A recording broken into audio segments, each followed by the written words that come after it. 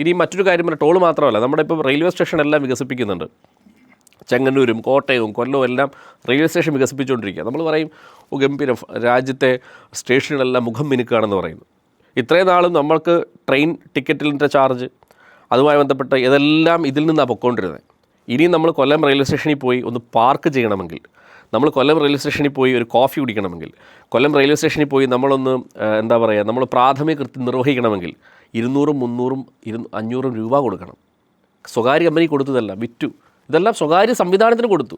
അപ്പം നീ ഇത്രയും നാൾ അനുഭവിക്കുക എന്ന് പറഞ്ഞാൽ എങ്ങനെയാണ്? ഒരു സർക്കാരിൻ്റെ സംവിധാനം നമുക്ക് പ്രൊവൈഡ് ചെയ്യുന്നതല്ലേ. സൗജന്യ യാത്ര, സൗജന്യ ഭക്ഷണം, ഇത് തരാനല്ലേ സർക്കാർ ഇരിക്കുന്നത്. എന്തിനാണ് ഇരിക്കുന്നത്? ഞാൻ നികുതി കൊടുക്കുന്ന രാജ്യത്താണ് താമസിക്കുന്നത്, ഞാൻ അങ്ങോട്ട് പൈസ കൊടുത്തിട്ടാണ് ജീവിക്കുന്നത്. അല്ലാതെ ഇതൊന്നും എനിക്ക് സൗജന്യമായിട്ട് തരികയല്ല.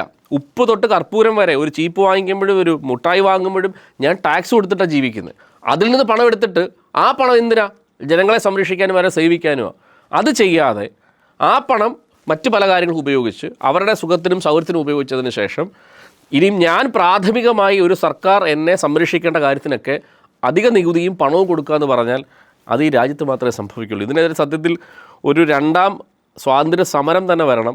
ടോൾ സമരങ്ങൾ മാത്രമല്ല വരേണ്ടത്. കാരണം ഇതൊന്നും ജനത്തിന് അറിയത്തില്ല, ജനങ്ങളെ ഇതൊന്നും ബാധിക്കുന്നില്ല. നമ്മൾ വിചാരിക്കുന്നു നല്ല റോഡ് വരുമ്പോൾ യാത്ര ചെയ്ത് സുഖമായിട്ട് 2 മണിക്കൂർ എറണാകുളത്ത് പോയിട്ട് വരാമെന്ന് പറയുമ്പോൾ ഇത്രയും നാൾ യാത്ര ചെയ്തുകൊണ്ടൊരു സൗജന്യമായിരുന്നു. ഇനിയും മുതൽ യാത്ര സൗജന്യമല്ല, നീ കാശ് അങ്ങോട്ട് കൊടുത്തിട്ട് പിന്നെ അതിൻ്റെ പുറത്ത് പൈസ കൊടുത്ത് യാത്ര ചെയ്യേണ്ട സാഹചര്യം ഉണ്ടെന്നുള്ളതാണ് ഇതിനകത്തെ അഭംഗി എന്ന് പറയുന്നത്.